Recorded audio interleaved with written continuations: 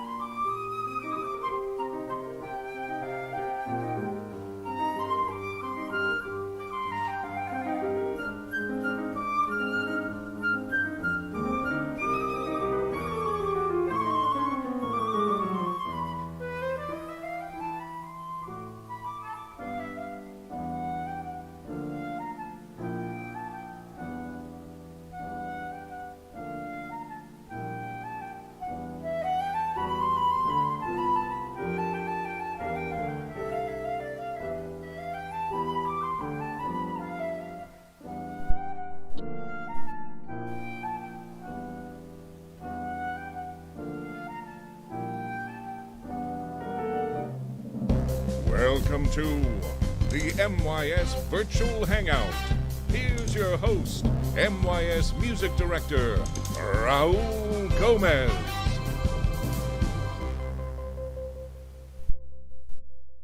Good afternoon, Metropolitan Youth Symphony students, families, and friends. It's been a rainy day in Portland, but I am just so filled with light and joy because Adam Eccleston is going to be with us very soon. I spoke with Adam just earlier today, as I always do a test call with our guests to make sure that Skype is working well and all of that. And it was a short amount of time, and he brings such energy wherever he goes. Adam does, and even through a computer screen, a webcam, it was just so fun and heartwarming just talking to him briefly earlier. So I'm super excited to talk to him for a little bit longer this afternoon. He will join us very soon. Before that, though, a few announcements.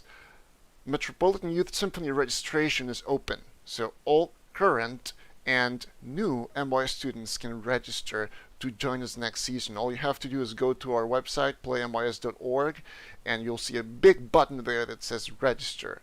So I want to encourage all of you to register early, and because of social distancing guidelines, we will not be holding live auditions this year, but instead all auditions will be done by video. So you will get to record a video at home and send it to us, and that will be your MYS audition.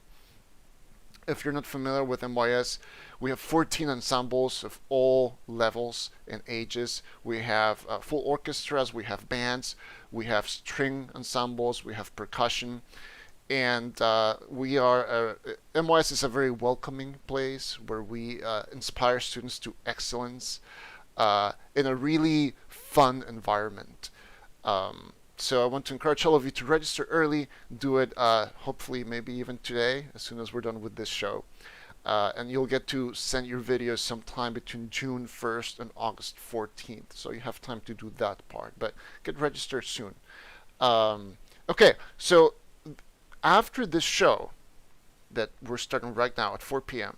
on Wednesday, April 22nd, there are two, not one, but two other amazing live events that I want to invite all of you to watch. These are two live streams by two wonderful local organizations.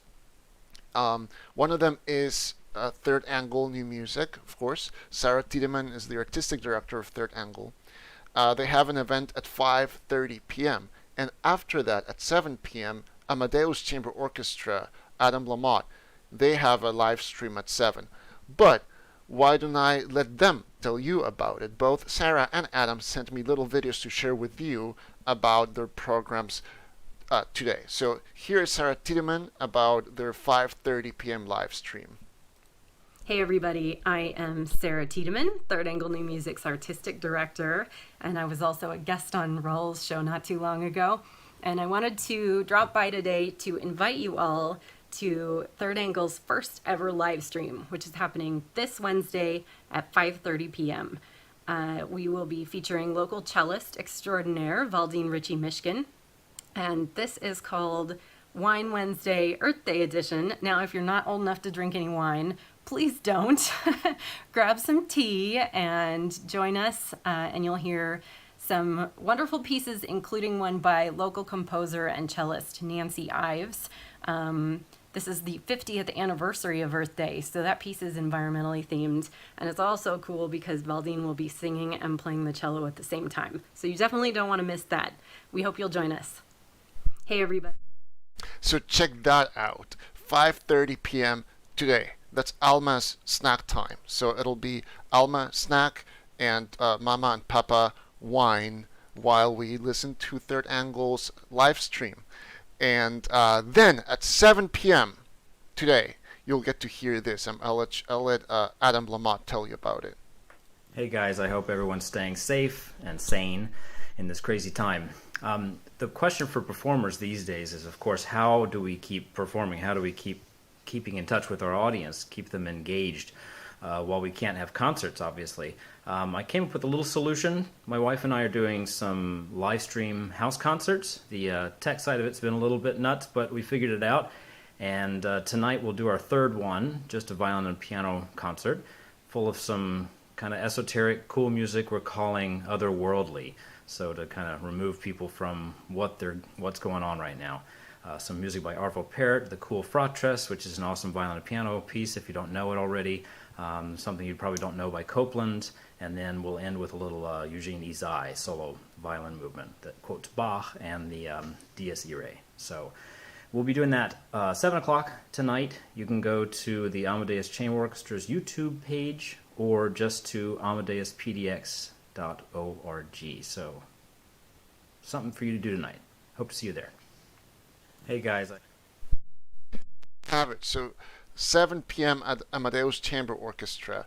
And those concerts are so fun. I watched the one last Wednesday and absolutely 100% worth anybody's time. So you can have dinner while you watch that concert.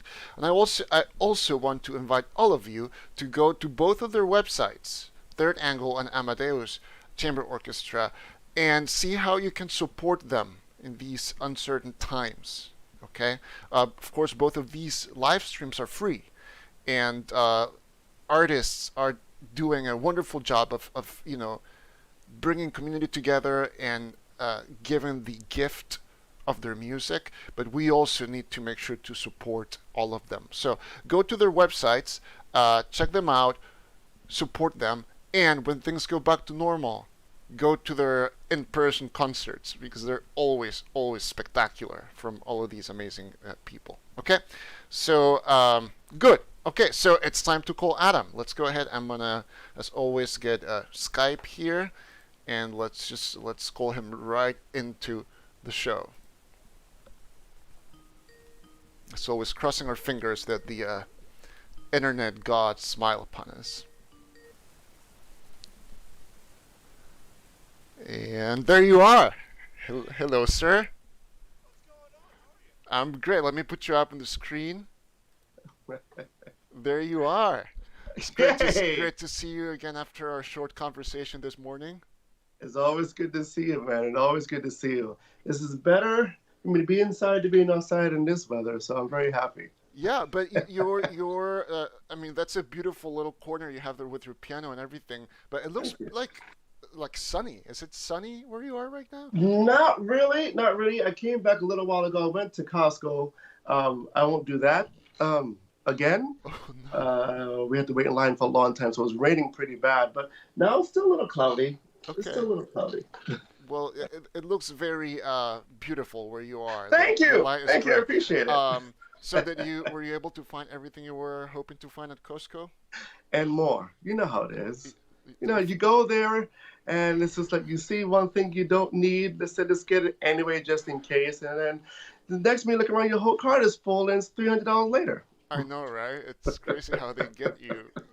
There's no such thing as a quick trip to Costco. I guess Never. especially now that you have to wait in line for so long. Yeah, that was it was a long line.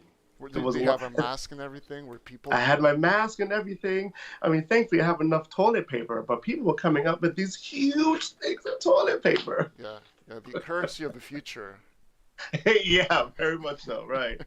So, Adam, thank you for being here. Thank you for doing this. I'm so excited to talk to you, and I have so many questions. I need 4 hours with you. But look, the first thing I want to ask you is that, when I was getting this live stream ready, and I was looking for some music to play, for our standby screen, I went to your YouTube channel, and I found 3 videos. 2 of them, one of them, you're playing a piece by a composer from Haiti. Now, there's another one that also is Haiti related, but I'm not sure where the composer is from, and one is Brazilian, right? I'm trying to think. Is it one Brazilian? The one, what's it called? Well, but what I want to ask you about is about this performance with Kira on piano and this music Haiti related that you were playing. tell me about that. It's such beautiful music, and you, of course, played it so well. Thank you. Julio Rancine. Um, Yes. that, I can remember. That I think is actually the first time that I played a piece that was written by a black man who's also a flute player. Huh. So I have never had that experience before. This is, I think, my 21st, 22nd year playing the flute, and this is the first time. The way I came across that, I was looking for pieces to do Caribbean-inspired works. And basically, it was just on Google. I was just Googling, and I came across this piece, and the composer said, "Oh my gosh, I've never even thought I would see the day that I can play a piece with someone that actually looks exactly like me." And I think I was looking on Facebook, looking him up on Facebook, trying to learn more about him. And I came across his daughter. And his daughter is actually was an El Sistema Abreu, a fellow. Whoa. Okay. Um, right. So I messaged her and saying, I'm in love with your father's music and everything else. And she said he would love to hear from you. She gave me his number and everything. I never called him. I was too scared. I couldn't do it. I was too scared. But it was amazing to see how easily I can just connect with people. I have no idea that that was his daughter. So you just found this music. You got in touch with the composer's daughter, and eventually you ended up performing this with Kira. And this was what, a year ago, or at least the videos were posted a year ago. Yeah, I think the first time I played it, was it a year ago? A year and a half ago? Yes. Yeah, pretty recent, right? Crazy. Very cool. And the other piece is Seis Flautero by Miguel Astor. Yes, from Venezuela. Oh, Venezuela. That's right. Okay. Yeah. That's such a fun piece. That's It such a is. fun piece. I want to play it more. It makes me feel good. It makes everyone else feel good. It's such joyful music. It's so joyful. Thank you. I appreciate So, anyways, I found those 3 videos, and I think everybody should go check those out because they're so. I mean, the music is so cool, and it looks like it was maybe a house concert. it. Yes. So cool. So check those out. Okay, so now back to the present moment. So most people watching this are MYS students or their families or friends from Portland, but I wanted to ask you if you wouldn't mind to just sort of introduce yourself for people who might not know who you are, like in what you do and what you've been up to in the last few years here in town. Absolutely. So July will make it my 5th year of living in Portland, Oregon. And I moved here for a job. I moved here for one of the best jobs I've ever had, is working for Bravo Youth Orchestra. So I'm the program director, and I started the WINS program back when I moved here in 2015, and we started with 25 kids. Prior to that, they had the strings program, and I was going for about 2 years prior to that. And from the WINS, we had 25 kids starting, flutes, clarinets, trumpets, and trombones.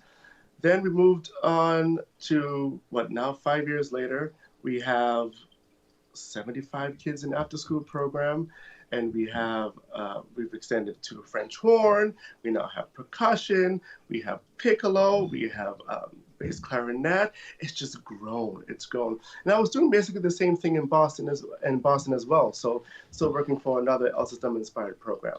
Yeah. And that was, so we even moving further back than that, I was getting my master's at NEC, at New England Conservatory of Music. And I loved it. I absolutely loved it. And moving further back from that, I was in New York studying at undergrad. And then further back from that, I grew up in a small town in Western Germany called Wiesbaden. So I was in Wiesbaden for 5 years, and then I was in Bad Kreuznach for 6 years. My father is military. He's retired now, but yeah, I grew up in Germany. Very cool. And I have to say, man, I absolutely love Bravo. And like, not only the work that you guys do, but just all of you guys. It's such an amazing group of people. It like, really is, your team, honestly. Man. It's a good set of people. Every year we have some of the most passionate teachers I've ever met. It's incredible. Yeah. and I have had the pleasure of visiting some of your sites and some of your schools and talked to many of your instructors.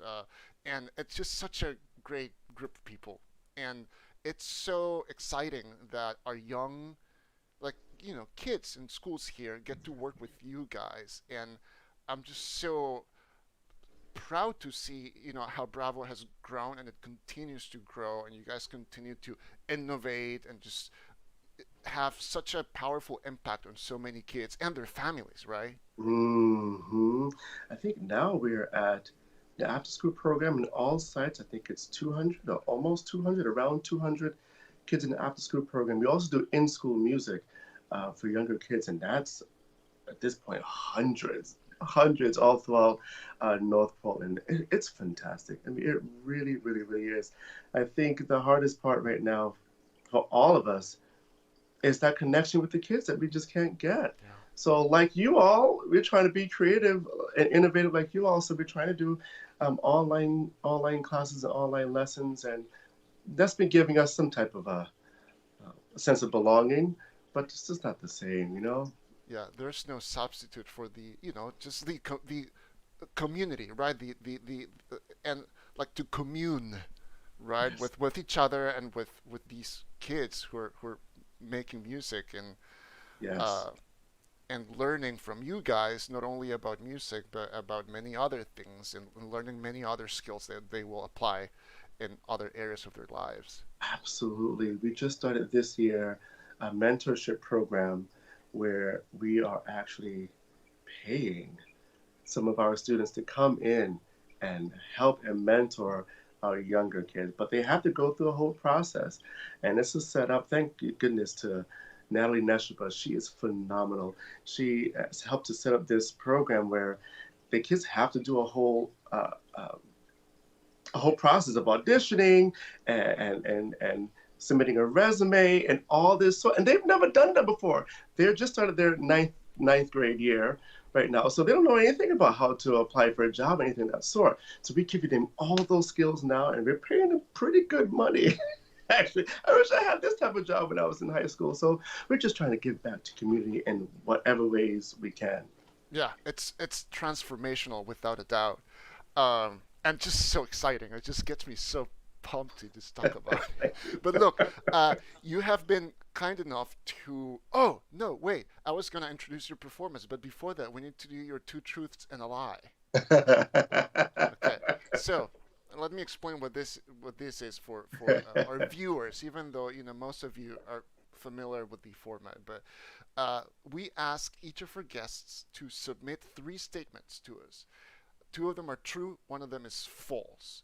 And your job, if you're watching this, is to vote on the comments, whether you're on Facebook or YouTube. You're going to vote on the comments for which of the statements you believe is a lie. So I'm going to change screens here. Okay. And let's have you, Adam, reveal each statement if you're ready. Do you remember the order in which you gave? No, I can't remember anything I put down. Okay. You know what? I'll just read them. All right. So here we go. Statement A is, the flute was my first instrument. Okay, so that's up on the screen.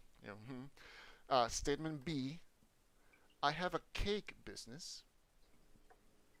And statement C, I am an avid reader. Okay, so those are up on the screen now. Go ahead and vote if you're watching. Which of these is a lie? Okay, so while folks do that, as I was getting ready to say, you were kind enough to offer a short live performance for us on your flute. So love to. Let's get that going. And would you mind 2 things before? Talk about your flute briefly, if you don't mind, the actual instrument that you play, and will you please introduce the piece and then just take it away whenever you're ready. You got it, Raul. You got it. Okay, so this flute here, I've had this. This is actually handmade in 2001. No, wait. No, 2004. 2004. And I bought it soon after It is a white, 14 karat white gold Powell. My crown here is rose gold, and my lip plate is also rose gold. And I've had it for a while, for a long time. So it's time for me to buy a new flute. So if anyone wants to buy me a new flute, my birthday's in November. There you go. Christmas is in December. I'll do half birthdays. So what's my half birthday? You know, half birthday coming up soon. So I'll take anything. I've been using this thing here for any of the flute players who are listening. This is my Lefrec. I love using it. It helps with vibrations. It's two little things here, two little things. You can get platinum ones, you get gold ones. It's metal, so it's like metal. Right. I just got the brass one. I'm poor. So you just put these two on your flute. They also have them for almost every wind instrument has some sort of it. Of course, the bigger the instrument, the bigger the Lefrec is, and it's supposed to help with resonance. And for me, I absolutely love it. I absolutely love it. So I'll stick it on right there. It comes with this extra little rubber band thing, a little barrette. Cool. Okay. And just tie that onto it. For me, it has helped me. It has helped me with my sound projection. So I love it. I don't know if there's any difference between using a silver one or a platinum one or 14 karat gold one. I don't know if there's any difference there. I'm probably sure there is because it's a little heavier. But I can't afford that because it's like for these little chips, I think it's like $100 and something just for that. So, and then the more precious the metal, the more it'll cost. So I just love mine as is. And I have a C-sharp trill, which I advise all my students to get a C-sharp trill. That does make a huge difference. And it's B-foot. And I'm going to play Telemon. I absolutely love Telemon. So he wrote a series of 12 fantasies for flute, and I'm just going to do the first movement of his 6th fantasy. No repeats. Well, it depends how it goes. If it doesn't go well, I'll repeat it. Give me a second chance, you know? Sounds great. Okay, thank you.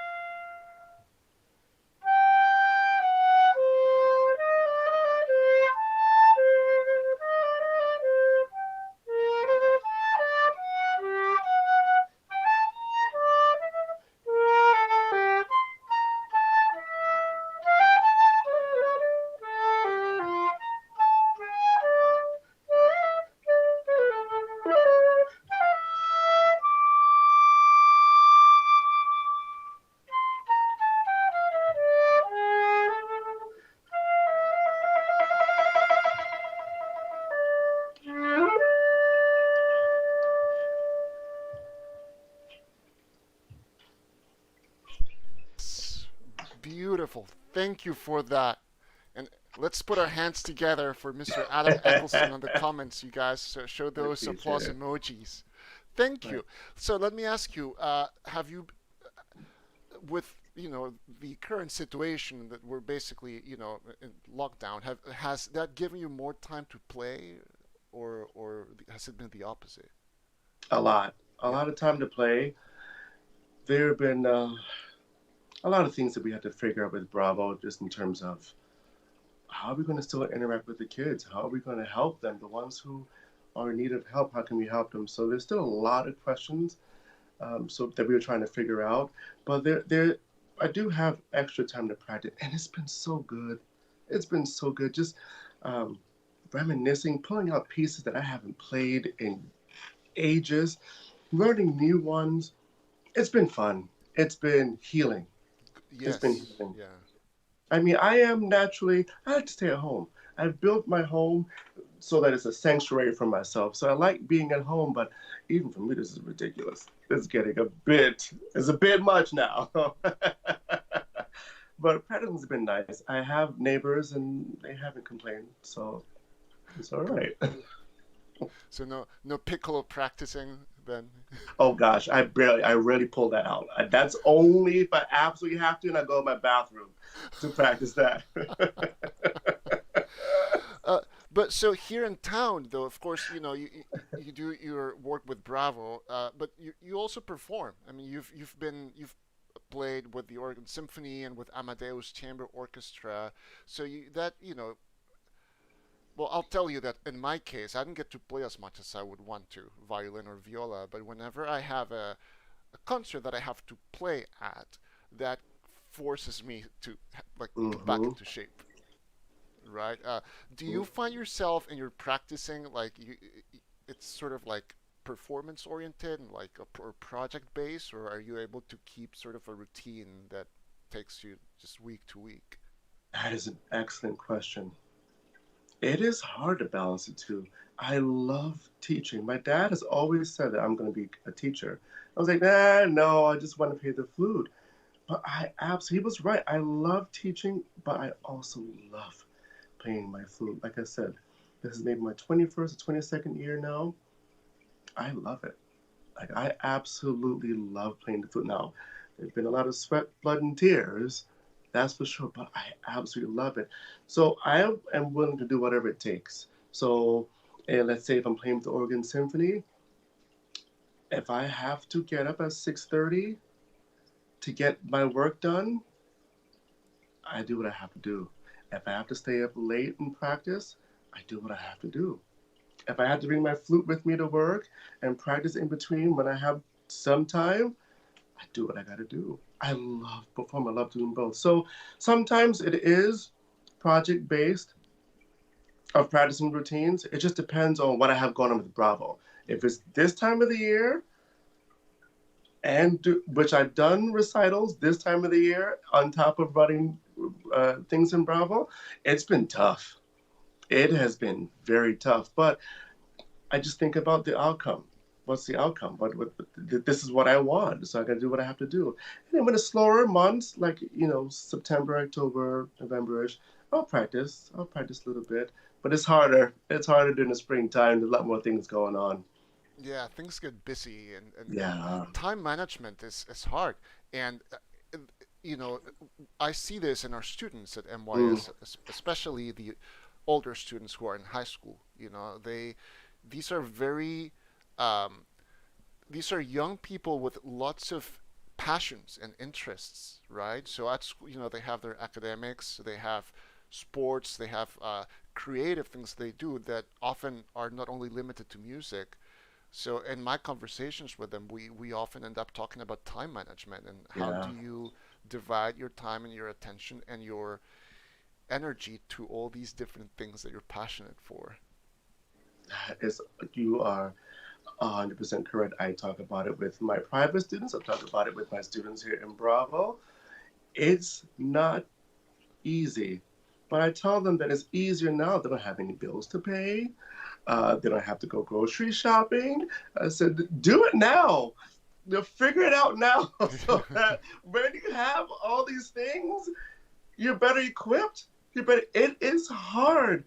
No, it is very hard. I'm sure you understand too. Just finding time to practice and devote time because the pieces that I'm playing with the Oregon Symphony or anywhere else, these are not easy pieces. Even if I'm playing second flute or third flute, it's stuff that I have to play. When I played Star Wars, I thought it was going to be a piece of cake. The music was literally this thick, and it just kept going, and it's just scales and skips, and I had to devote 2 hours every day to practice that. I haven't done that in a long time. Mm. So, but you do have to be you have to be prepared and ready. I can't just not practice for months at a time and then I have to do this. I can't. Sure. So I do have to be in somewhat of a shape. Maybe I haven't practiced in a week or two, but I am in some type of shape. I try to not go any more than 2 weeks without practicing something. But I teach in Bravo. Not only do I lead and come up with programmatic curriculums and such, but I also teach. So I do play my flute at least a little bit every day. So that's good. Yeah, I'm sure that helps a little bit. At least you have a Yes. kind of baseline, just The lips I don't warmed know. up. At least the Right. lips a little bit warmed up. Yeah, yeah. Now let me ask you something that has to do. Well, I think probably with both of these two sides of your musical endeavors, your performing and your teaching. This year, you are the All Classical Portland Artist in Residence. So tell me about that. That is so cool. And I listen to All Classical every single day. I'm a huge fan of everybody there. I get lots of programming ideas from their programming. Is that right? So tell me about your relationship with them. That residency came out of the blue, Raul. That literally, I didn't apply for anything. I didn't fill out an application. I didn't audition for anything. It just came out of the blue. It came out of the blue. I remember sitting down with a friend, and he said, "Yeah, just come out for lunch. Let's have some lunch together." And it was all of a sudden, I was like, "Okay, look, you are kind of in the finals of being a resident artist." Like, well, what does that mean? What do I have to do? So basically, that was the interview. That was the audition. Was this lunch that I have with a friend of mine, and I wasn't expecting anything to come out of it. So I just answered truthfully. I answered the best way I could.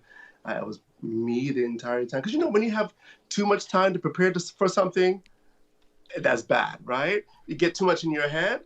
So for this instance, I was eating, so that always helps. I was eating, I was comfortable, and the words just flowed naturally. So I think maybe, I can't remember how long after, but it was a little while afterwards. During Christmas time, I went to visit my folks in Texas, and my sister and I went to Six Flags. And I got a call from Suzanne Nance. Suzanne Nance, by the way, is golden. She is absolutely a beautiful human being. Everyone there at All Classical Art. So she called me up, and she just told me, we would love for you to be our 2020 Artist in Residence. We love what you do for the community. We think you're a fabulous musician and the work you do in Bravo.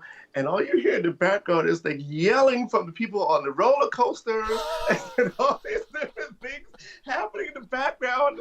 I just say, Susanna, I'm sorry, we're actually at Six Flags. So it was the best news I could receive. It just feels good to be a champion of classical music in 2020. Black, I have my goatee, my nose ring, my ears pierced, and to have people that believe in me and believe in what I can do. Oh man, it feels good. It feels so good. So my work with them has been phenomenal. We've been collaborating on ideas on rap and concerts and future projects, even beyond once my residency is up. It's been good. It's been really, really, really good. Powerful for me. Yeah, and I agree with what you're saying about Suzanne, who, by the way, will be a guest on this show first week of May. Nice. We're very happy about that. And yeah, just it's such a powerful platform, right? And I love the idea that you're able to work with them as an ambassador of the art. Absolutely. And of music. It literally just came out of the blue. I've done work. I played some at All Classical at the station. I've done some stuff prior, so they knew what I did and who I was and that sort. And within this year, it's been incredible between performing on the radio and the Newmark Theater, and we've even brought in about 50 kids from Bravo to the station, and they loved it. They absolutely loved it, and I loved it. And the fact that they got T-shirt and candy, Nice. they went crazy. They want to go back. They want to go back every month. Very cool. Okay, now you know what I think we should do now, because Yeah, there's something I want to talk to you about, of but we course. shouldn't talk about it until after we reveal your two truths and a lie.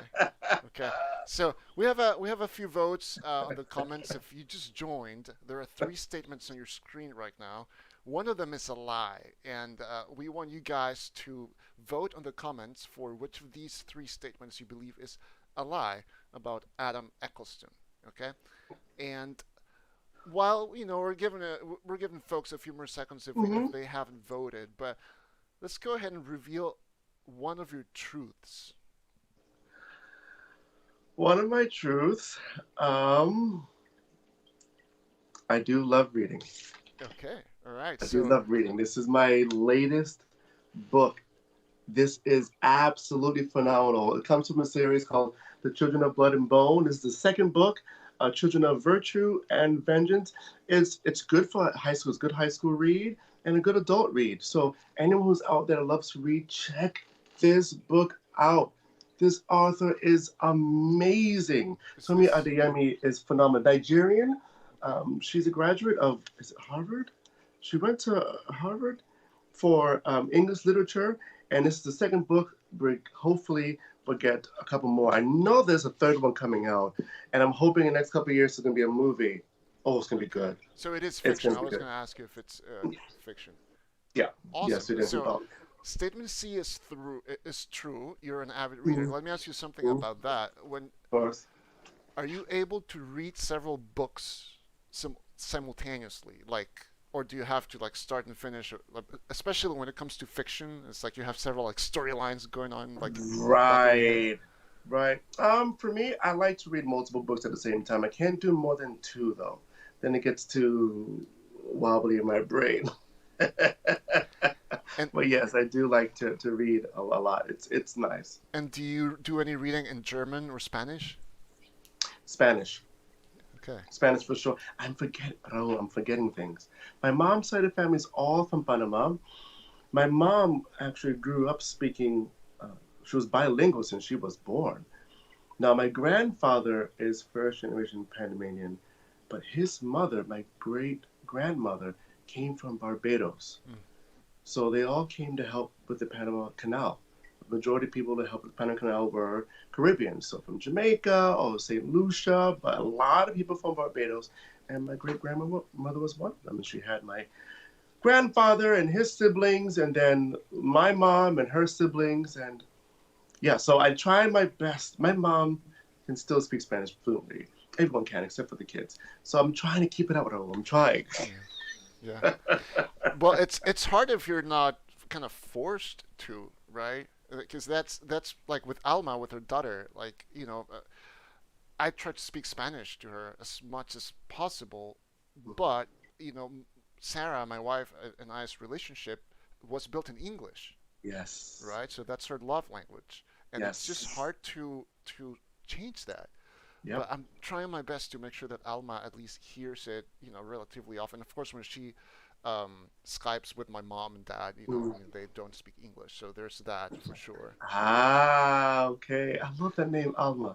It's a beautiful name. Thank you. She's a sweetie. She's a very sweet baby. um, so you do read in Spanish. Hmm. Hmm. I Do also you, like to read newspapers online in Korean. I studied Korean for a while. wait, what? So Okay. I know, I know, I know. I love Korean. I also listen to a lot of music from different countries. I love Turkish music.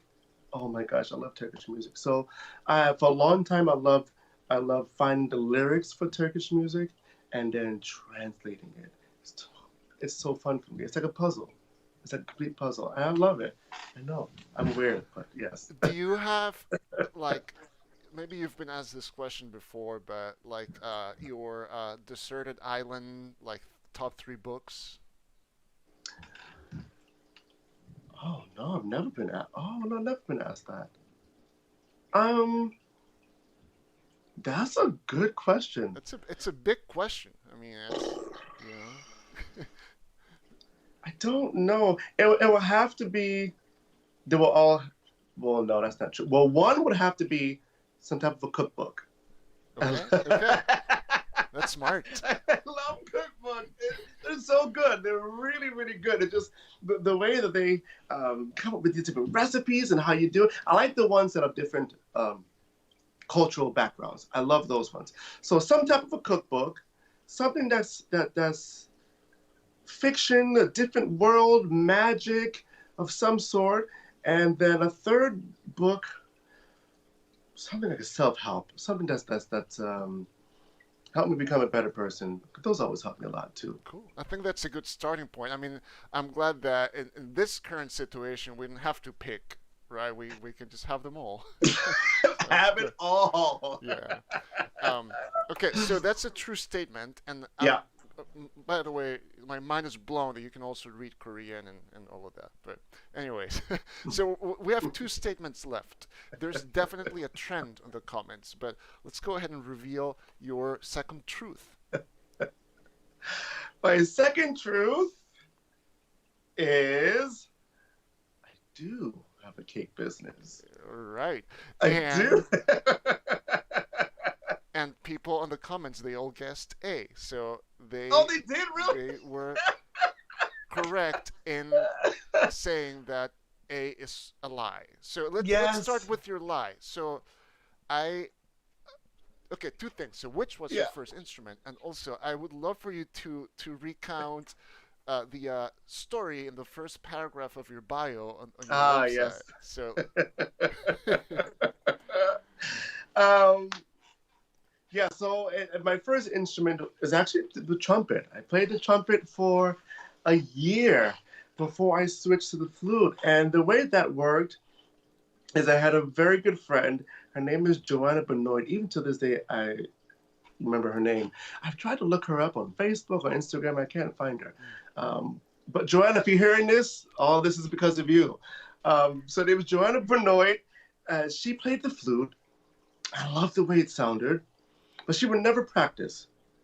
And we had those lockers, one of those, I'm sure you've seen those big, in band rooms, they have those big old lockers and little cubicles, and you have a little password for the lock combination.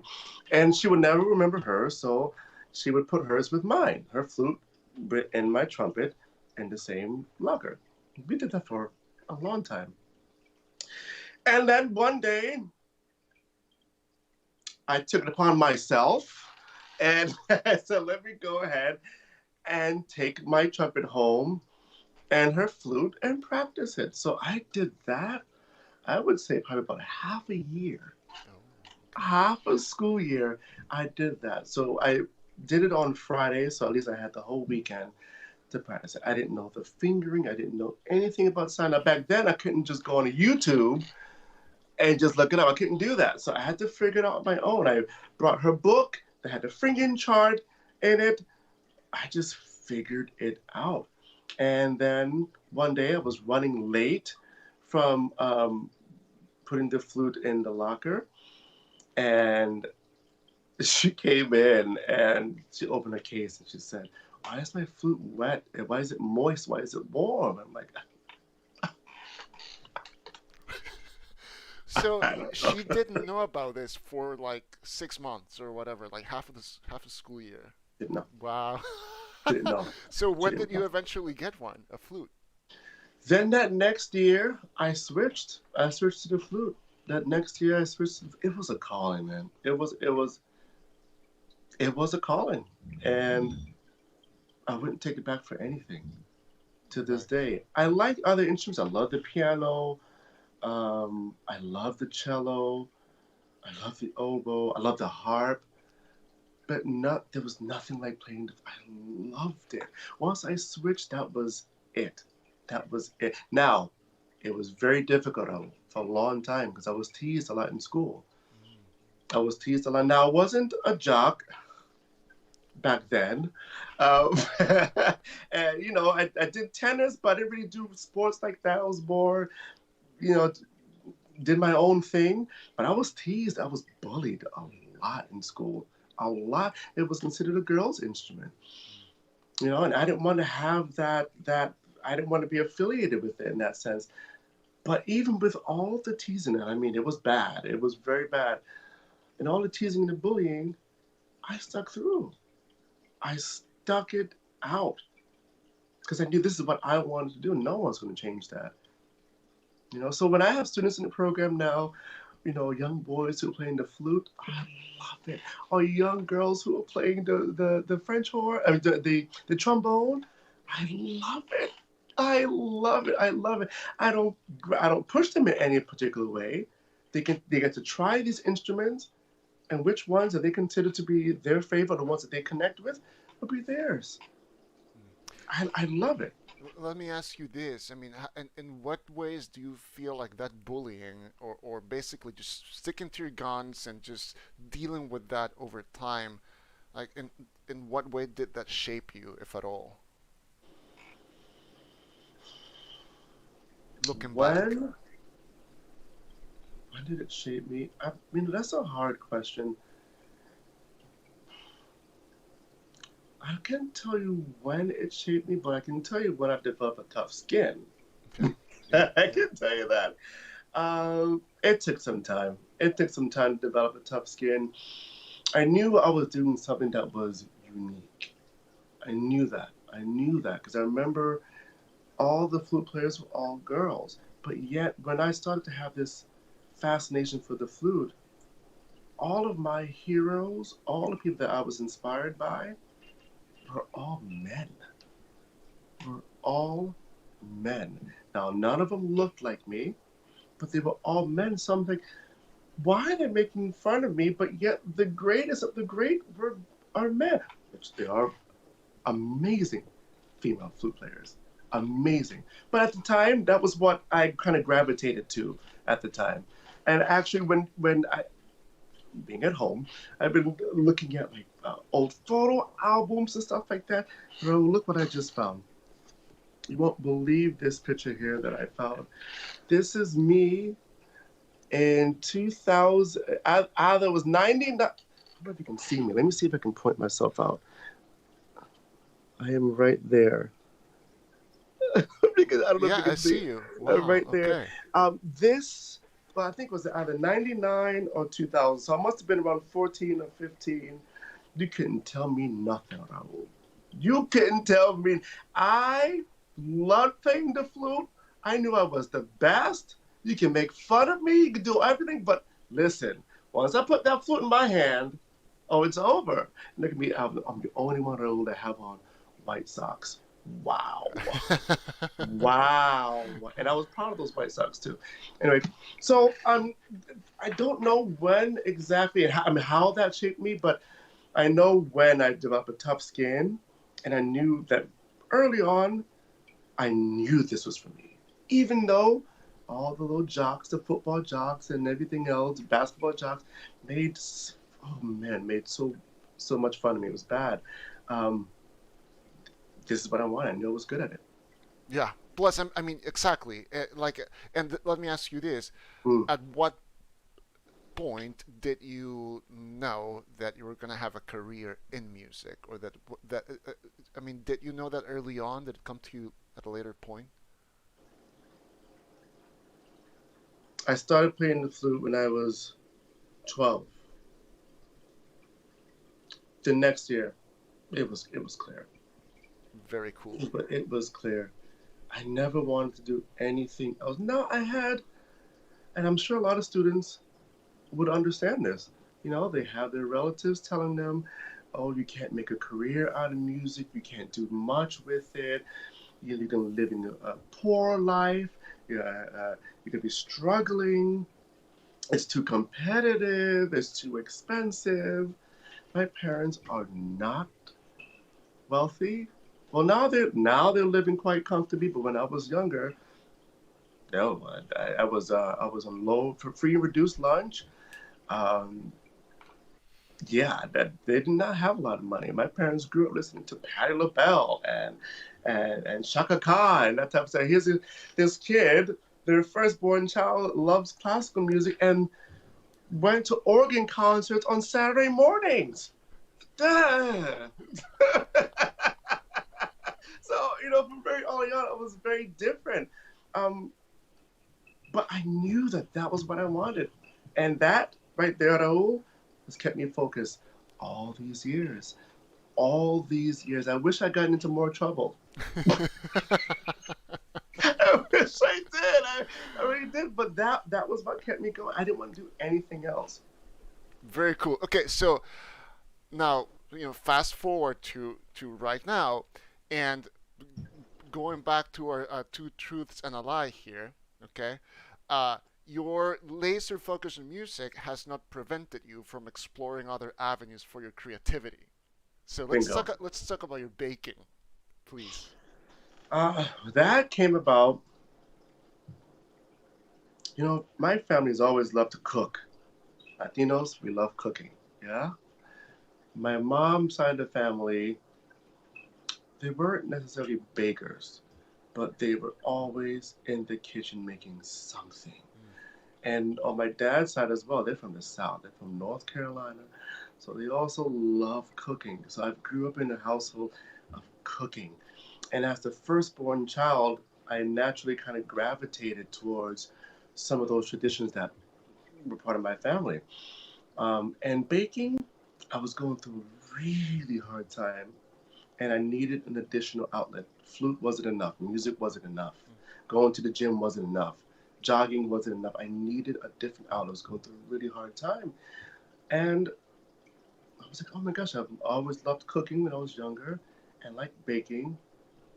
Let's actually go for it. Let's actually make it into something. And it helped. It helped to relieve the amount of anxiety that I had and depression that I was going through. It helped a lot. Um, and then just the ideas just kept flowing. The ideas kept flowing. The different flavors of recipes and the different styles. I was just so intrigued, and I think through that, it helped me to not be numb anymore from the situations that I was going through. So from that, that was my therapy. My therapy was baking. So from there, I had this idea: why not start a business? Why not? My flute will always be here. This isn't going anywhere. Yeah, this will always be my first baby. She knows it. She knows it. Um, but I knew that I liked to do other things. I knew that I was good at other things. So once this whole flute situation I felt was at a good place, and I felt good about my career, then I ventured out. And the business is going fine. It's hard to do both with Bravo and this and performing and that, but I make do. I make do with it. It's fun, bro. It's so fun. I think it's so cool, and I just put up your homepage of your Oh, website on thank the you. screen, Thank because you. it says flutist, baker, educator. So it's clearly something now that's a significant part of your life. Um, and I mean, what parallels do you find, if any, between your music making and your baking? For me, the textures of cake is like music on a page. So the textures are different, the colors are different, yeah. And then you can fool on with the icing, yeah. And it could be thicker or it could be lighter or fluffier. And for me, those are dynamics for me. Yeah, those are dynamics. So I got the cake itself, notes on a page. Then I have the icing, the frosting that I make, and that's the dynamic. So for me, that it's a piece of its own. It literally is a piece of its own. Now, some people have been pushing me to maybe enter like cupcake wars or any of these things on TV. So I've been toying with the idea. So please, if anyone have any ideas or suggestions for me, I'm all ears. I'm all ears. I'm just looking at the photos on your website, and they're just so beautiful, and I Thank you. mean, Thank you. so Appreciate it. cool. Well, I So, also like to put recipes on my website too. So I just finished making this amazing Northern Italian dessert. It's called polenta e osei. So I'm going to update my website with that recipe because I had to tweak it a bit. In Italy, they have certain ingredients that we don't have, or maybe the milk's a little more fattier here than in Italy or something like that. So I kind of had to change a couple of things, but I want to put that recipe on the website. Oh, it was a huge success. I just did that this past weekend. So that's coming up. Polenta e osei. That sounds delicious. It's marzipan and it's Nutella and it's it's a little bit of alcohol. I'm gonna have to ask you to put a little Tupperware outside of your door, and I'll swing by with a mask and social distancing. Grab a piece of that from you. Very cool. So, okay, so true, you have a cake business, and your website. I mean, people can just Google you, and it's very easy to find your website. But it's adameccleston.net, and all of this information is there. So, folks, if you're watching, go check it out. And by the way, Molly and Darren from Cantor Music Shop say hi. Hey, y'all! Listen, I need to get it done. Okay, and as soon as this quarantine thing is done. Okay, we're getting this baby fixed up. Okay, she's from the first work you guys did, it was phenomenal. Please, anyone who plays the flute, go to them. They are phenomenal. They hooked me up. So I needed to get an overhaul, and it was during the time when the quarantine started, so I had to cancel it. But once it's over, my baby Beatrice is going in. She's going in. She's beautiful as it is from the first week you guys did, but I can't wait to hear what she sounds like once I get that done. So very cool. Cantor Music Shop. Yes. So you're into baking and cooking, and it brings you joy and a refuge. What else are you into that's not related to your music or to your baking? And that's our segment. What are you into? Well, I love playing tennis. Love playing tennis. Do it a couple times a week, but not now. But I love doing that. I play up in St. John's, and I love. Okay, two more things. I do love reality TV. I do. Okay, it's my guilty pleasure. It's okay. You can judge me. I'm fine. I love reality TV. My life is interesting, but it's just not the same type of interesting. I mean, I don't want my life to be that type of interesting, but it's just fun. It's just, you watch it and you just say, my gosh, y'all are just so messed up. You're so messed up. I feel better about myself. I feel better about my life. I do love reality TV. And also, I love traveling. And it is a privilege to be able to travel. And I understand that now, because I know a lot of people in my age group, even older, that haven't even left their state. So I understand that it's a privilege to do that. But I want people to live vicariously through me. My sister told me to start a blog about traveling, because this past summer, I got my second master's. And I said, you know what? Just go away. I'm just going to go away. So Raul, I started off in Dubai. Then I went to Sri Lanka. Then I went to Thailand, Malaysia, Singapore, Indonesia, and I ended in Hong Kong. It was once in a lifetime opportunity. Probably won't ever happen again. But I surprised my mom and I brought her with me to Singapore and Indonesia, and she loved it. We're the two darkest people in Indonesia. It was incredible. My mom, because she also has this, she had braids, like a mohawk braids, and like shaved sides, and she's beautiful, dark skin. So everyone was just watching us. But my mom loves it. She loves that type of attention. So how long did that take, all of those countries? Ooh. I did it in a couple weeks. It was fast paced. It was fast. I spent the most amount of time was in Dubai. I spent a week in Dubai. Now this was all in July, and Dubai at that time was Like a million degrees? 118 degrees, Oof. 120 degrees. And I think at night it was 92. Now this is at like 10 o'clock at night. It was like in the 90s. It was one of my favorite places I've been to. I mean, I loved it. But I like glitz and glam and the tall buildings, and I love that stuff. And that you got that at Dubai for sure. I also loved Thailand. Was beautiful, just very crowded, very crowded. But the food is so good. And I met up with a friend of mine that I haven't seen in years. Indonesia was beautiful. All the places were gorgeous, absolutely beautiful. So if anyone wants to figure out how to do this, how to get around these different places, listen. I can hook you up. I didn't go through a travel agency. It literally took me 10 months, Raul, to figure out what my route was going to be.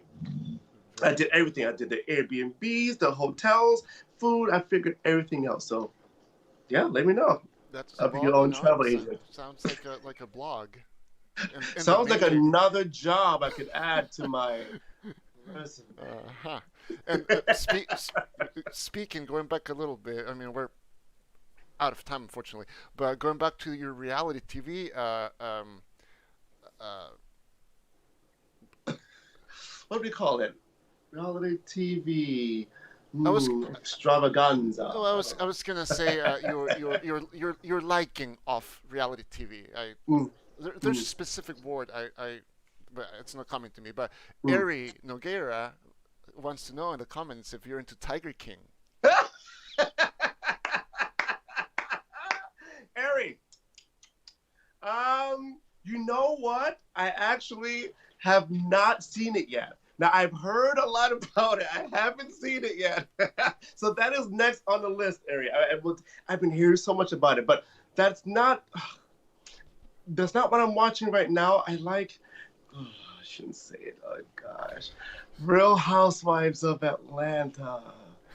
I do like the Real Housewives. It's just like, wow.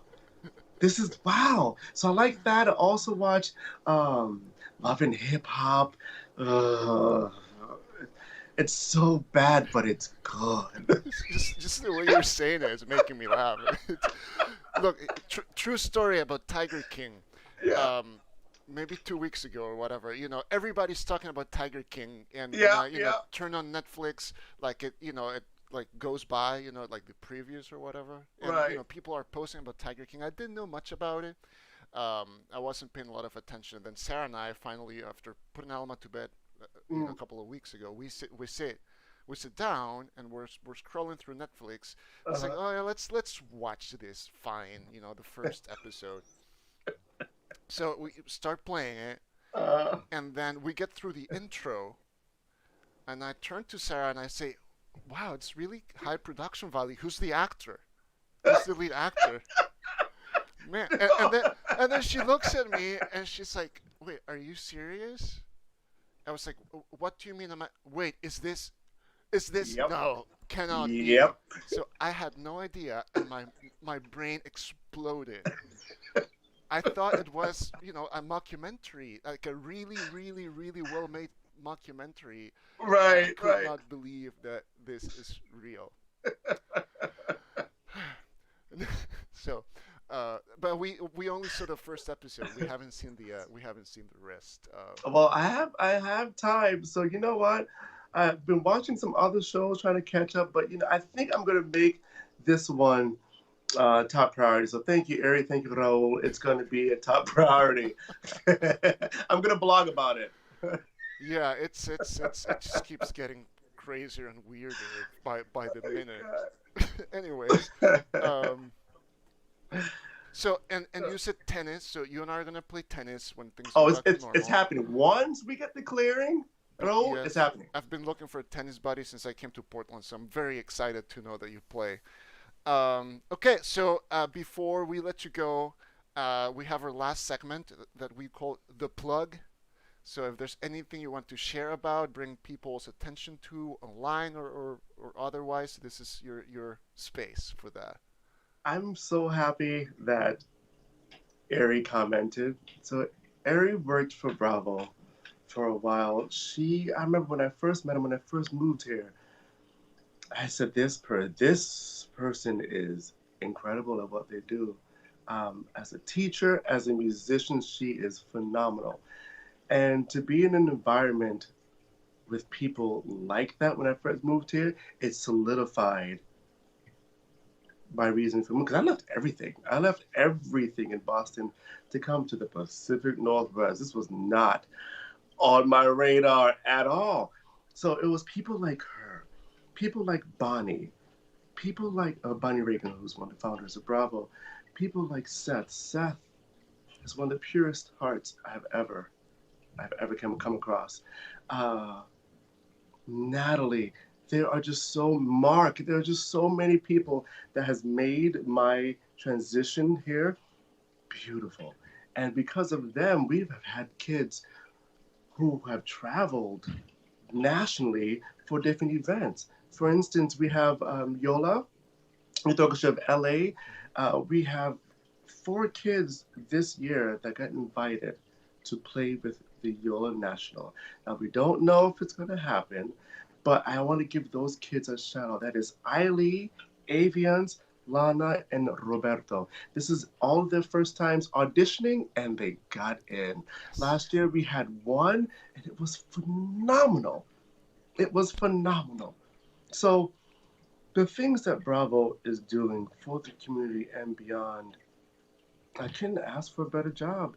If you don't know anything about Bravo, you better learn about it. You better learn, because we are really changing the game. We're really changing and inspiring not kids but adults as well. So I'm grateful, even though everything that's happening right now. I'm grateful to this job and to the kids and to the adults. I love them. And I'm showing the Bravo website right now on the Yes, screen. thank you. OregonBravo.org. Go check them out.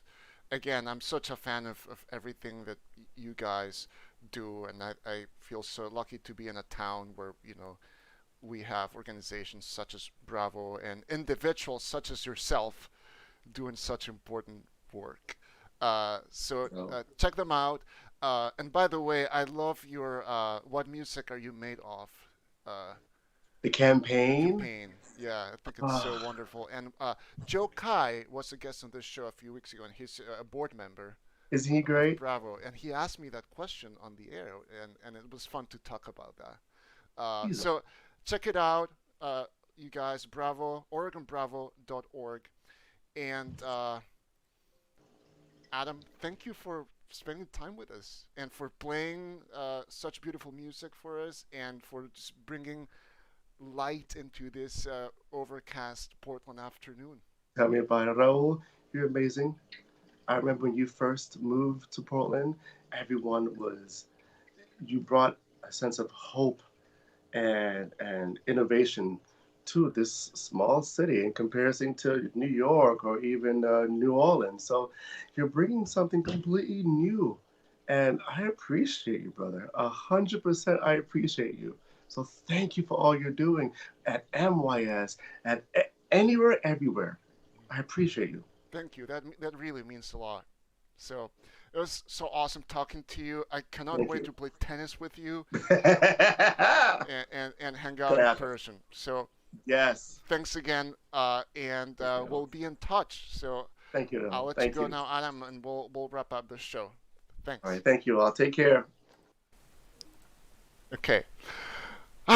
This is a warm and fuzzy feeling when you talk to people like Adam. So thank you all for watching. We have 2 great shows coming up tomorrow. Emily Cole and James Shields from the Oregon Symphony are going to be both together appearing as guests on this show. And then Friday, April 24th, 4 p.m., Xuan Cheng, a principal dancer with Oregon Ballet Theater, is going to be our guest. And she and I are preparing a little collaborative performance that we're excited to share with all of you. This will happen Friday. And then we're going to take 1 week off for these live streams, and we'll be back on May 5, May 5th, I believe. That's a Tuesday. And we already have confirmed guests for that week. And I'm going to reveal these guests on Friday. I'm super excited about that. So thank you again. Let me remind you, and actually I'm going to play these two videos here to end the show. 5:30 p.m. in 20 minutes. Go to Third Angle and tune into their Wine Wednesday Earth Edition concert with Valdine. And then at 7 p.m., Amadeus Chamber Orchestra. So we got you covered. Live music for all of you guys from the comfort of your own homes while you have a little wine or tea, and then you have your dinner. So thank you again. Thank you for watching. Thank you for commenting. This was a super fun hangout, and I will see you all tomorrow at 4 p.m. when we talk to Emily and James from the Oregon Symphony, and I will play you out with Sarah Tiedeman's and Adam Lamott's invitations for you guys to tune into their live streams a little later. Thank you again. Hey everybody, I am Sarah Tiedemann, Third Angle New Music's artistic director, and I was also a guest on Raul's show not too long ago. And I wanted to drop by today to invite you all to Third Angle's first ever live stream, which is happening this Wednesday at 5:30 p.m. We will be featuring local cellist extraordinaire Valdine Ritchie-Mishkin, and this is called Wine Wednesday Earth Day Edition. Now, if you're not old enough to drink any wine, please don't. Grab some tea and join us, and you'll hear some wonderful pieces, including one by local composer and cellist Nancy Ives. This is the 50th anniversary of Earth Day, so that piece is environmentally themed, and it's also cool because Valdine will be singing and playing the cello at the same time. So you definitely don't want to miss that. We hope you'll join us. Hey guys, I hope everyone's staying safe and sane in this crazy time. The question for performers these days is, of course, how do we keep performing? How do we keeping in touch with our audience, keep them engaged while we can't have concerts, obviously? I came up with a little solution. My wife and I are doing some live stream house concerts. The tech side of it's been a little bit nuts, but we figured it out.